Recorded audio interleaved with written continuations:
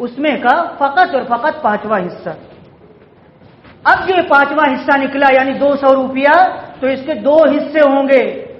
ایک حصہ سہم امام کے نام سے یعنی امام علیہ السلام کا. امام علیہ السلام میں 3 حصے ہیں، اللہ کا، پیغمبر اسلام کا، اولی الامر کا. چونکہ اللہ کا حصہ اللہ کو ہم نہیں دے سکتے، پیغمبر ہوگا تو پیغمبر کو. چونکہ نہ اللہ ہمارے سامنے ہے نہ ہی پیغمبر، کس کو دیں گے یہ پورا حصہ؟ سب کا سب امام کو. اب بچا ایک اور حصہ، وہ کس کو دیں گے؟ سادات فقیر مسکین. سادات میں سے وہ حضرات کہ جو سفر میں گئے، جیب کٹ گئی، بیگ غائب ہو گیا. آئیے یہ اس کو لے لیجیے. ایک مرتبہ سلوات پڑے پھر محمد والے محمد.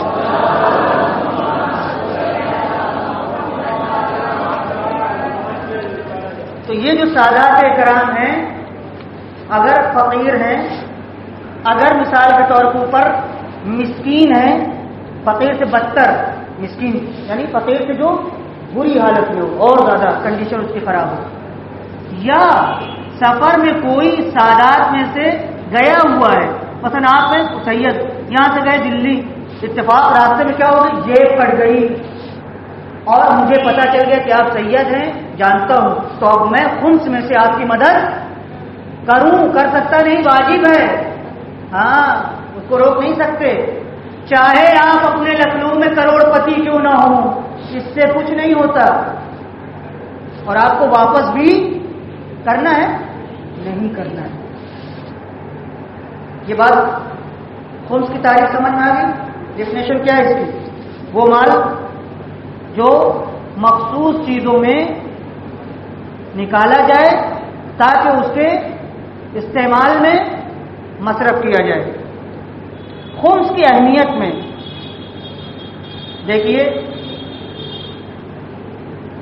پہلی بات، خمس کے ذریعے سے محروم طبقے کی مدد ہوتی ہے، معاشرے کا دبا کچلا طبقہ. اچھا، فقیر کی تعریف بھی کر دے تاکہ یاد رہے فقیر کس کو کہتے ہیں.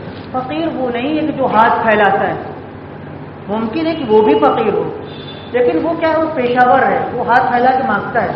نہیں، ہمیں ڈھونڈنا ہے ان کو جو ہاتھ نہیں پھیلاتے، اپنی عزت کا خیال رکھتے ہیں. اور آپ بھی جب خمس دیں گے تو آپ کے اوپر واجب ضروری نہیں ہے کہ آپ کہیں کہ میں خمس کا دے رہا ہوں. آپ باعزت طریقے سے ایسے اس کو دیں کہ اس کو بھی احساس نہ ہو اور آپ کا واجب بھی ادا ہو جائے. بس جب آپ ادا کریں گے تو دل میں یہ نیت رہے گی کہ میں اپنا خمس ادا، اس سے کہنے کی ضرورت. لہذا شادی ہو رہی ہے کسی غریب سید کے یہاں، آپ نے کہا کہ فریج میں دوں گا، مثال کے طور پر آپ نے کہا تو واشنگ مشین میں دوں گا، اسی خمس کے پیسے سے جو حصہ اس کا بنتا ہے اس سے خریدا اور لے جا کے چپکے سے اس کے یہاں دے دی. دیکھیے شریعت نے عزت کا خیال رکھا ہے، کس کی؟ ہر مومن کی. اس کا یہ مطلب نہیں ہے کہ خمس ہونے کی وجہ سے آپ اس کو ذلیل سمجھ لیں، نہیں، نیت آپ کریں گے مگر باعزت طریقے سے اس کو پہنچائیں گے. بہانے سے فیس ادا کر دی، 1 سال کی فیس آپ نے ادا کر دی اس کے بچے کی، یہ تمام طریقے ہیں. فائدہ کیا ہے؟ نمبر 1، محروم طبقے کی مدد ہے.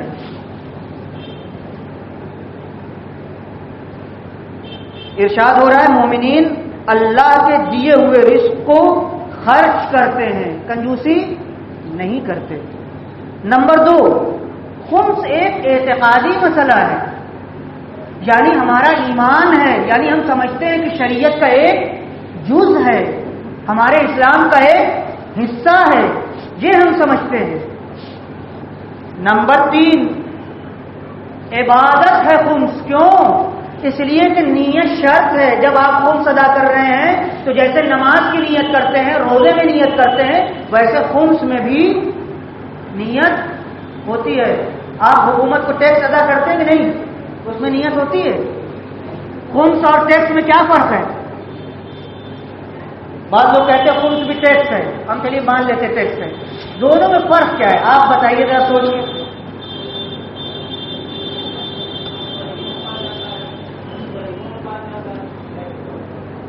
چلیے ایک فرق انہوں نے بتایا مان لیتے ہیں.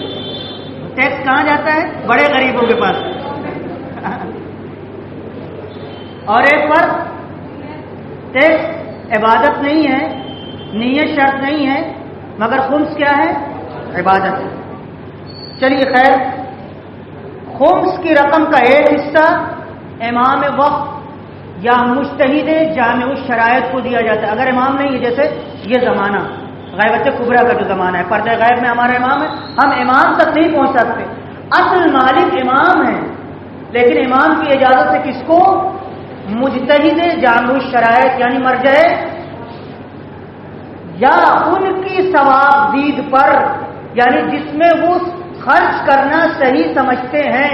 اگر ہمیں یقین ہے کہ وہ سمجھتے ہیں کہ کھلا جگہ خرچ ہو سکتا ہے تو ہم اسے ان کی اجازت سے خرچ کر سکتے ہیں، ہم منمانی نہیں کر سکتے. نمبر 4، اہل بیت کی تعلیمات کی نشر و اشاعت پبلسٹی کا بہترین ذریعہ ہے. خمس کا پیسہ کہاں لگتا ہے؟ اسلامی کلاسز میں، دینی مدارس میں. اگر یہ دینی مدارس نہ ہوتے، آج ایک تاریخ ہم بہت مختصر سے بتا دیں، یورپ اور انڈیا کا یا ایشیا کا کمپیریزن کریں تو آپ کو پتا چلے گا. آج یورپ میں جو ہجرت کر کے گئے ہیں ان کے بچوں کو یہ نہیں پتا ہے صحیح معنوں میں کہ ہم کیا ہیں، اور اگر پتا بھی ہے تو انہیں اپنا دین مذہب معلوم. پریشان ہیں لوگ. یہ جو لوگ یورپ میں رہتے ہیں ان سے پوچھے، ہو سکتا ہے آپ کے گھرانے کے لوگ بھی ہوں، بعض لوگ کے، ان سے پوچھے کیا صورتحال ہے. لیکن چونکہ ایشیا خصوصاً انڈیا میں، پاکستان میں، بنگلہ دیش میں، ان سب ممالک میں چونکہ مدرسے قائم تھے، علماء تھے، انہوں نے مذہب کو گری حالت میں محفوظ رکھا. کہ اتنا آج ہم جانتے ہیں، ہمارے ماں باپ جانتے ہیں، مسجدیں ہیں، امام باڑے ہیں، اس کی برکت ہے کہ تھوڑا بہت ہم اپنے کو سمجھ رہے ہیں. ورنہ یورپ کی تو کنڈیشن، باپ مسلمان، ماں عیسائی، ماں مسلم، باپ یہودی، یہ صورتحال ہے. یا دونوں کچھ، بیٹا مسلمان، کیسے رہ رہے ہیں؟ عجیب و غریب صورتحال. لیکن یہ واقعاً اللہ کا کرم ہے. یعنی کیا چیزیں نہیں کہی جا سکتی. کس کی دعا تھی کہ یہاں آج بھی کسی بھی حالت میں ہماری مجلسیں برپا ہوتی ہیں، ہماری مذہبی باتیں ہو جاتی ہیں، ہمارے جلوس نکل آتے ہیں، ہمارے مدارس زندہ ہیں. یہ چلتے کیسے ہیں؟ اسی خمس و زکوٰۃ کی رقم سے. یہ شیطنت ہے بعض لوگوں کی طرف سے کہ کہتے ہیں مولوی بیٹھ کے کھاتا ہے. کیا کھاتا ہے؟ کھانے دو، وہ خود ہی جائے گا، جواب دے گا، یہاں کھا لے گا. لیکن کتنے مدارس ہیں جو صحیح چل رہے ہیں، وہاں کوئی کھاتا پیتا نہیں ہے. یہ سب غلط پبلسٹی ہے. اگر یہ خمس و زکوٰۃ نہ ہو تو نہ یہ کلاس ہو سکتی ہے، نہ یہ مدرسے ہو سکتے ہیں، نہ یہ فقہا پیدا ہو سکتے ہیں. انہی خمس و زکوٰۃ کے پیسے سے ہمارے مدارس چلتے ہیں. لذا ہمارے ائمہ نے کہا، مختلف اماموں کی روایتیں اس سلسلے میں، فرمایا کہ ہماری باتوں کو پھیلانے کے لیے جس قدر ہو سکے شرعی رقم ادا کرو. امام رضا علیہ السلام کی حدیث. جس قدر ہو سکے، یعنی اگر آپ پر زکوٰۃ واجب ہے، غلے میں، اونٹ، گائے، بھیڑ، بکری وغیرہ میں زکوٰۃ دو.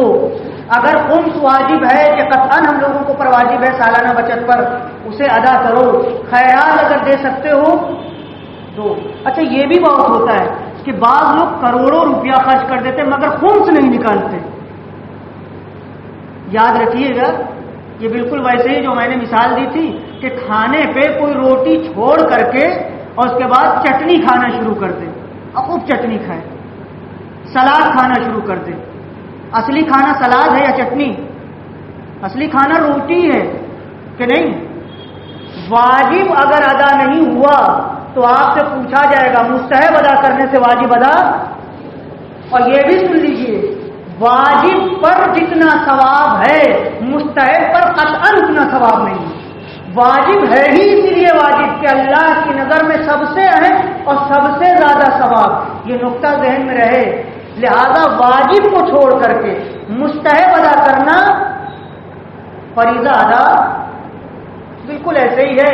کوئی باپ اور ماں اپنے حقیقی بچے کو چھوڑ کے پڑوس کے بچے کو پالنا شروع کر دے.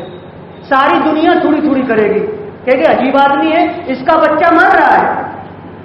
اپنے بچے کو اور پڑوس کے بچے کو کوئی رحم آپ کے اوپر. یہ شریعت کا معاملہ ہے. بعض لوگ کروڑوں روپیہ خرچ کر دیتے ہیں خیرات کے نام پر, مگر واجب ادا جی نہیں. اگر واجب آپ ادا کریں یہی سسٹم سے, جیسے میں نے آپ کے سامنے عرض کیا کہ خوجہ جماعت میں بچہ بچہ خون سے نکالتا ہے, بچہ بچہ, چاہے 100 روپیہ نکلے چاہے کروڑ روپیہ نکلے. اور اسی کا نتیجہ ہے جناب, میں آپ کو بتا دوں کہ شیعہ قوم میں جو تھوڑا سا اقتصادی اور معاشی ترقی ہے انہی کے پیسوں کی وجہ سے ہے, ہمارے اور آپ کے پیسوں کی وجہ سے نہیں. کتنے سادات جو خون سے نکالتے ہیں, لیکن یہ سید نہیں ہے. یہ لوگ کبھی ہندو تھے, کبھی اہل سنت تھے, بعد میں دھیرے دھیرے کیا ہوئے, کنورٹ ہوئے, اور اس کے بعد آج ہو گئے شیعہ. مگر ان کے ہاں اتنا مستحکم سسٹم ہے خمس کا کہ ایک ایک بچہ ان کا خمس نکالتا ہے کہ آپ کے مدرسے میں بھی آتا ہے, امام باڑوں میں بھی آتا ہے, روزہ افطاری بھی اسی سے ہو جاتی ہے. اور ہمیں اور آپ کو پتا, اب اس کے اوپر گفتگو کرنے کا وقت نہیں ہے کہ کیسا سسٹم ہے ان کے یہاں. ہم یہ کہنا چاہتے ہیں کہ ائمہ نے ہم کو بتایا کہ خمس کیا ہے, فوائد ہیں, خمس کے آثار. اس میں سے ایک کہ اہل بیت کی تعلیمات کی, اسلام کی تعلیمات کی نشر و اشاعت ہوتی ہے. مدارس چلتے ہیں, فقہا کو استقلال حاصل ہوتا ہے. حکومت کے مقابلے میں فقہا کی واقعاً حکومت ہوتی ہے. اور یہ شیعہ سسٹم اور سنی سسٹم میں بہت فرق ہے, اس کو بھی سن لیجئے. بعض سنی علماء کا اعتراف ہے کہ کیوں شیعہ فقہا, عام عالم کی بات نہیں کر رہا ہوں, کیوں شیعہ فقہا امام خمینی جیسے لوگ حکومت کے سامنے جھک نہیں سکے آج تک اور ہمیشہ اوپر رہے. کا اس کی ایک وجہ یہ ہے کہ ان کا اقتصادی نظام اپنا ہے, مستقل ہے. ہر شیعہ خمس نکالتا ہے اور اپنے مرجع وقت کو دیتا ہے, حکومت دے یا نہ دے. لہذا کبھی شیعہ فقی حکومت کے دباؤ میں, آپ کو معلوم ہے, بزرگ لوگ بیٹھے ان لوگوں کو معلوم ہوگا کہ عراق ایران جب جنگ ہوئی ہے تو معلوم ہے 8 سال جنگ چلی ہے. جنگ کا مطلب کیا ہے, اگر ایک ملک جیت بھی جائے تب بھی جیتنے سے نقصانات کی بھرپائی. کتنے لوگ مارے گئے معلوم ہے عراق ایران جنگ میں؟ ایران کے جوان تقریباً 2.5 سے 3 لاکھ جوان مارے گئے ہیں. عراق ایران جنگ انقلاب اسلامی ایران کے بعد جو ایران پر تھوپی گئی صدام کی جانب سے, اس میں کم سے کم 1,80,000, زیادہ سے زیادہ 3 لاکھ جوان مارے گئے. پورا ملک کنگال. مگر عراق آج بھی چلے جائیے غربت چپکتی ہے. ایران آج چلے جائیے تو آپ کو اندازہ ہوگا کہ ایران نے جہاں پورا قریہ تباہ و برباد کر دیا, کیونکہ میں خود گیا ہوں جیسے خرم شہر, آج آپ دیکھیں گے ساری بلڈنگیں نئی عمارتیں تیار ہیں اور نہ سڑک خراب ہے, نہ بجلی کا نظام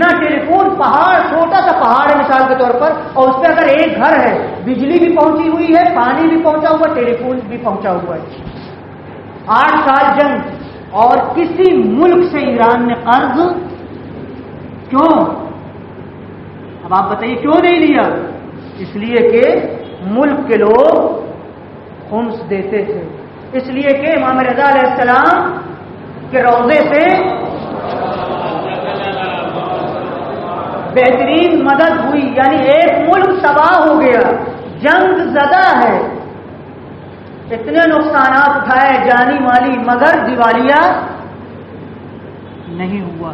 اسی اسلام کے بابرکت سسٹم کی وجہ سے کہ اگر آج ہمارے یہاں لاگو ہو جائے تو پھر یہ جو غربت ہے جو ہمارے یہاں سماج میں آپ دیکھ رہے ہیں, تعلیم رکی ہوئی ہے, پڑھائی رکی ہوئی ہے, شادیاں رکی ہوئی ہیں, اور خیرات ہمارے یہاں نہیں ہو پا رہی ہے. بڑے بڑے کام ایسے ہیں کہ نہیں, بہت سے لوگ ایسے بیماری میں مبتلا ہو جاتے ہیں کہ جو بیک وقت 1 لاکھ 2 لاکھ دے نہیں سکتے.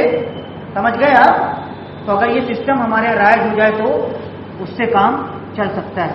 کہنے کا مطلب فقہا کے پاس یہی پیسہ جو آپ دیتے ہیں جاتا ہے، پھر وہ سمجھ بوجھ کے خرچ کرتے ہیں. لہذا فقیر ہمیشہ اپنی بات مستقل طور پر حکومت سے منواتا ہے، حکومت کبھی منوا. لیکن سنیوں کے یہاں کیا ہے؟ سنیوں کے بڑے بڑے علماء کو عموماً بڑے ملکوں میں ملک کا سربراہ معین کرتا ہے. نتیجے میں خطبہ جمعہ بھی جو ملک کا سربراہ دے گا. صلوات پڑھیں محمد والے محمد.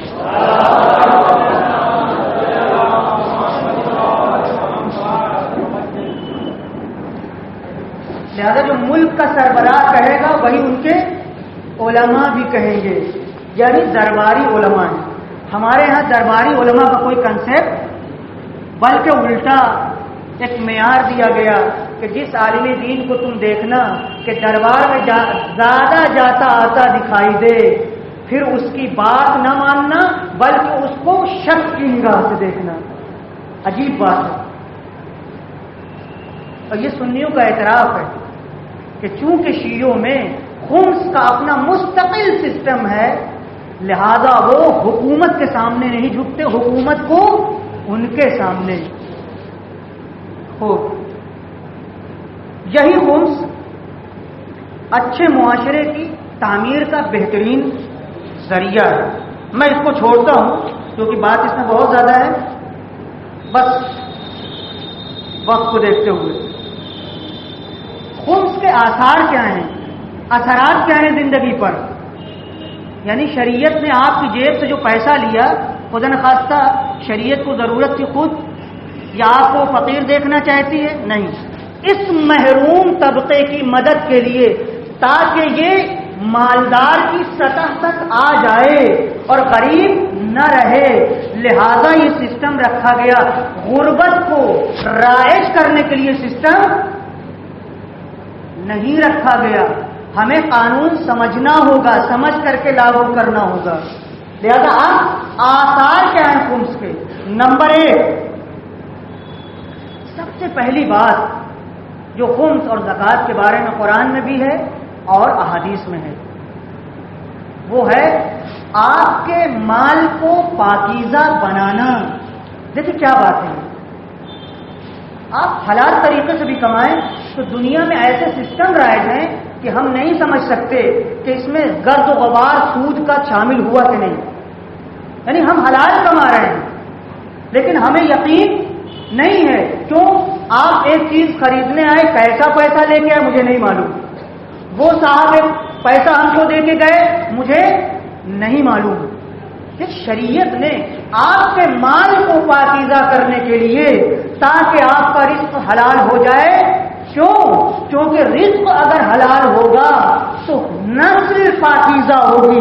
نسل کی پاکیزگی کے لیے مال کا پاکیزہ ہونا ضروری ہے، کیونکہ اگر مال پاکیزہ نہیں ہوا تو نسل بھی، کیونکہ یہی تو کھائے گی، اسی سے تو خون بنے گا. لہذا مال ذریعہ ہے نسل کی پاکیزگی کا. خمس واجب قرار دیا، زکوٰۃ کو واجب قرار دیا تاکہ مال کو پاکیزہ. خذ من اموالہم صدقۃ تطہرہم، اے پیغمبر ان کے مال سے صدقہ لے لو تاکہ ان کا مال پاک و پاکیزہ ہو جائے، یہ طاہر ہو جائے، ان کا مال بالکل صاف اور ستھرا. اب یہ مال جب بچے کے شکم میں جائے گا، خون بنے گا، تو اب بچہ اہل بیت کی محبت سے سرشار ہوگا، اب بے دین نہیں ہوگا.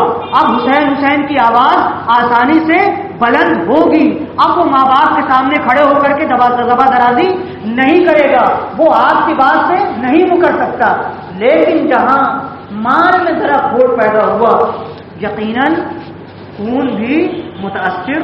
لہذا ایک اثر خمس اور زکوٰۃ دینے کا یہ ہے، خیرات دینے کا، کہ مال پاکیزہ ہوتا ہے. فرمایا لتطیب ولادتہم، وسائل شیعہ جلد 9، تاکہ تمہاری ولادت، تمہارے یہاں جو بچے پیدا ہوتے ہیں وہ پاک و پاکیزہ، نسل پاک و پاکیزہ ہو. ایک. نمبر 2، خمس سے دین کی مدد ہوتی ہے.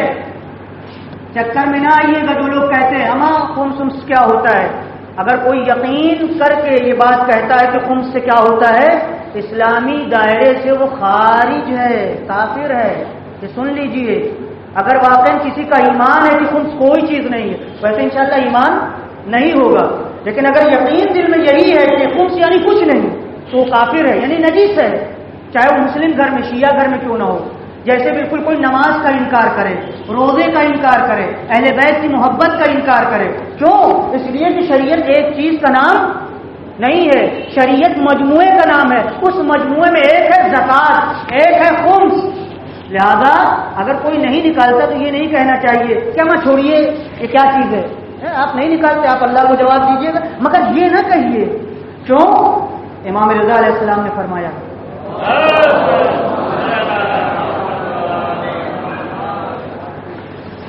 خمس سے دین کی مدد ہوتی ہے. فرمایا الخمس عوننا علی دیننا، خمس مددگار ہے ہمارے دین پر. ہمارے دین پر یعنی اہل بیت کے مشن پر جو سچا اسلام ہے. تو اگر ہم اہل بیت کے مشن کو پھیلانا چاہتے ہیں تو ہمیں اس قانون کو رائج کرنا پڑے گا، توجہ کرنا ہوگا. خمس ہمارے شیعوں کی مدد کا ایک ذریعہ ہے، یہ بھی فرمایا. خمس سے شیعوں کی مدد ہوتی ہے. فرمایا اوننا علی موالینا، موالی کہتے ہیں چاہنے والے کو، کہتے نہیں موالیان حیدر کرار، یعنی حیدر کرار کے چاہنے والے. فرمایا کہ خمس کے ذریعے سے ہمارے چاہنے والوں کی مدد ہوتی ہے. یعنی آپ جب خمس ادا کرتے ہیں تو شیعوں کی گویا مدد کرتے ہیں. گناہ کا کفارہ بنتا ہے، یعنی ہم جو خمس ادا کرتے ہیں، اسلامی مالیات ادا کرتے ہیں، تو اس سے ہمارے گناہ دھلتے ہیں، ہم پاک و پاکیزہ ہوتے ہیں. اور قیامت کے لیے یہ چیز ذخیرہ ہوتی ہے، یعنی جب ہم انشاءاللہ قیامت میں جائیں گے تو ہمارے لیے یہ خمس، یہ زکات، یہ مال، یہ خیرات و صدقہ منتظر ہوگا. گویا جیسے بینک میں ہم نے 1,00,000 روپیہ جمع کیا اور 4 سال کے بعد 2,00,000 ہم کو مل رہا ہے، ویسے ہم نے 10 روپیہ جمع کیا، وہاں 1,00,000 ہم کو مل رہا ہے، وہاں 100,00,000 ہم کو مل رہا ہے، 1 کروڑ، وہ بھی وہاں کا، یہاں کا وہاں کا فرق ہے. لہذا جو ہم خمس نکالتے ہیں وہ ہمارے لیے گناہوں کا کفارہ بھی ہے، قیامت کے لیے ذخیرہ بھی ہے. یہ بھی وسائل جلد 9 اس کی روایت. جو شخص خمس دیتا ہے وہ امام زمانہ کی دعا کا مستحق ہے. دیکھیے کیا بات ہے، اس پہ ذرا غور کرنے کی ضرورت ہے. ایک مرتبہ ہم لوگ دعا کر رہے ہیں، ضروری نہیں کہ پوری ہو جائے. ایک مرتبہ ہمارا امام معصوم امام، اس کا مطلب جو مالیات اسلامی کو ادا کرتا ہے گویا امام اس کو یاد کرتا ہے. کون شیعہ نہیں چاہتا کہ اس کا امام اسے یاد نہ کرے؟ امام یاد ہی نہیں کرتے، اس کے لیے دعا کرتے ہیں. دیکھیے یہ الفاظ ہیں، یہ بھی 8ویں امام کی حدیث ہے وسائل شیعہ میں. میں حدیث کو چھوڑ کر کے ہی آگے بڑھنا چاہتا ہوں. اور اس کے بعد یہ بھی آخر میں ہم بتا دیں، اور بھی چیزیں ہیں آثار خمس میں سے، بہت اہم باتیں ہم نے آپ کے سامنے نقل کر دی. اب یہ بھی سن لیجیے خمس کن چیزوں پر واجب ہے، کتنی چیزوں پر خمس واجب ہے. نمبر 1 کس کا نفع؟ روزگار کا نفع. میں یہاں آواز پہنچنے میں مشکل ہوتی ہے. یعنی سالانہ بچت. سالانہ بچت کا مطلب کیا؟ ابھی ہم نے آپ کو بتایا، یعنی جتنا خرچ آپ کا ہے وہ الگ کر لیجئے. ضروری خرچ نہیں، واجب خرچ تو اپنا الگ کر لیجئے. شادی میں ہم کو کہیں دینا ہے، ضروری ہے، بعض جگہ ضروری ہے، بعض جگہ ضروری نہیں ہے. مثلا محلے میں شادی ہو رہی ہے، فرض کیجئے محلے کے ناطے، ورنہ کوئی رشتہ داری ہماری، خمس میں اسے بھی آپ الگ کر لیجئے، اس میں خمس دینے کی ضرورت مثلا نہیں ہے. اور اسی طرح سے مستحبی، واجب زیارت نہیں، مستحبی زیارت آپ کو جانا ہے، اس کا پیسہ بھی آپ الگ کر لیجئے. فقہا نے کہا ہے یعنی سالانہ بچت کا مطلب یہ ہے، پھر میں دہراؤں گا، اگر 10,000 روپیہ میری آمدنی ہے تو ہم 9,000 ہمارے اگر اخراجات ہیں تو اس سب کو ہٹا کر کے جو 1,000 روپیہ بچا ہے اس میں ہم 5واں حصہ یعنی 800 ہمارا، 200 فقط سہم امام اور سہم سادات، یعنی پھر بھی 800 ہمارا ہے۔ وہ بھی جو بچت گھسی پٹی چیزوں میں خمس بھی نہیں ہے، مثلا جس کی کوئی مالیت نہیں، مثلا صابن استعمال کیا کتنا سا بچا، اس میں خمس دینے کی ضرورت نہیں ہے، تیل استعمال ہوا تھوڑا سا بچ گیا، اس میں خمس دینے کی ضرورت نہیں ہے۔ یعنی بچت جس کو کہا جائے، کھا پی کر کے خرچ کر کر اس کے بعد جو بچ جائے اس کا 5واں حصہ۔ سمجھ رہے ہیں آپ؟ یہ جلد بازی میں یہ باتیں کر رہا ہوں کیونکہ وقت بھی ختم ہو گیا ہے اس میں باتیں، لہذا سالانہ بچت 1۔ نمبر 2 معدنیات، یعنی زمین کے اندر جو چیزیں پیدا ہوتی ہیں اور نکالی جاتی ہیں جس کو پدارتھ کہتے ہیں۔ کیا کیا چیزیں ہو سکتی ہیں؟ سونا، چاندی، یورینیم، مٹی کا تیل، کوئلہ، جتنی چیزیں زمین کے اندر ہیں اگر آپ نے اسے نکالا تو جتنا خرچ ہوا اس کو الگ کر لیجئے، بلڈوزر سے کھودا یا مشین منگا کے کھودا، پیسہ لگا 1 لاکھ 2 لاکھ 1.5 لاکھ، جتنا اس کو الگ کر لیجئے، اس کے بعد جو اس میں نفع ہو اس نفع میں، مثلا 1 لاکھ روپے کا آپ کو نفع ہوا، 5 لاکھ آپ کا ٹوٹل خرچ ہوا، 4 لاکھ الگ جمع پونجی اس میں نہیں دینا ہے۔ دیکھیے کیا بات ہے، 1 لاکھ جو نفع کہا جا رہا ہے اس میں 5واں حصہ یعنی کتنا؟ 1 لاکھ میں کتنا؟ 20,000۔ 20,000 میں کئی حصے؟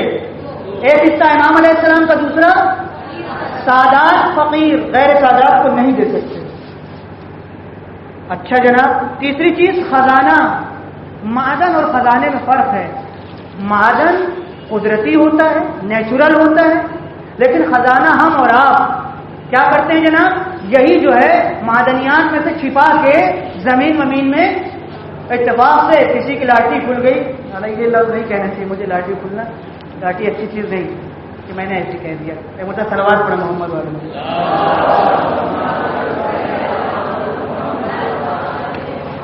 لاٹھی جائز نہیں، یہ میری زبان سے نکل گئی۔ قسمت کسی کی جگ گئی، اتفاق سے گھر میں کھدائی ہو رہی تھی، پتہ چلا ایک دیگ اشرفیوں کی نکل آئی، تو اب اس میں پورے میں 5واں حصہ جو نکلا ہے، جو مزدوری ہے اس میں نہیں، جو آپ کو ملا ہے، پتہ چلا 50 کروڑ کی مالیت ہے، 50 کروڑ میں آپ کو 5واں حصہ نکالنا ہے، اور جو آپ کا خرچ ہو گیا ہے اس میں نہیں، تو یہ خزانہ ہو گیا۔ غوطہ لگا کر کے، غواص ہیں آپ، سمندر میں غوطہ لگا کر کے، جیسے موتی، سچی موتی، مونگا، انبر، وہ چیزیں جو قیمتی ہیں اور اس میں سے آپ کو مل گئی، اس میں بھی 5واں حصہ۔ مال غنیمت، اس میں سنی حضرات بھی ہمارے ساتھ ہیں، اور وہ بلکہ خمس کو مال غنیمت ہی میں سمجھتے ہیں، یعنی جنگ میں جو مال آپ کو مل گیا ہے وہ لوگ فقط خمس کو کہاں مانتے ہیں؟ مال غنیمت میں، لیکن ہمارے ہاں 7 چیزوں میں ہے، ان کے فقط 1 چیز میں۔ اور اس کے بعد چھٹی چیز کیا ہے؟ زمین، کہ جس کو کافر ذمہ نے کسی مسلمان سے خریدا ہے۔ اب اس کی ڈیٹیل ہے، یعنی وہ کافر جو اسلامی ملک میں رہتے ہیں اور وہ ملک ان کی جان مال کا ذمہ دار ہے، اب اگر یہ کافر کسی مسلمان سے خریدے کوئی زمین تو اس کافر کو خمس دینا پڑے گا، یعنی حکومت لے گی باقاعدہ۔ کیوں لے گی؟ یہ بات کی بات ہے، اب اس کو فی الحال چھوڑ دیتے۔ اس کے بعد اگر 7واں مال حرام حلال میں مل جائے اور ہم یہ نہ سمجھ سکے حلال کون ہے حرام کون ہے، تو اب اس مال کو پاک کرنے کے لیے 5واں حصہ ہم نکال دیں، بقیہ سب ہمارے لیے حلال ہو جائے گا۔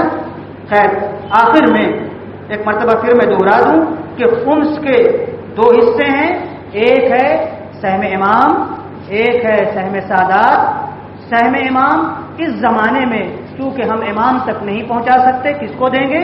مجتہد جامع اس شرائط کو، یا اس کی اجازت سے جہاں وہ چاہتا ہے اس کی اجازت سے استعمال کریں گے۔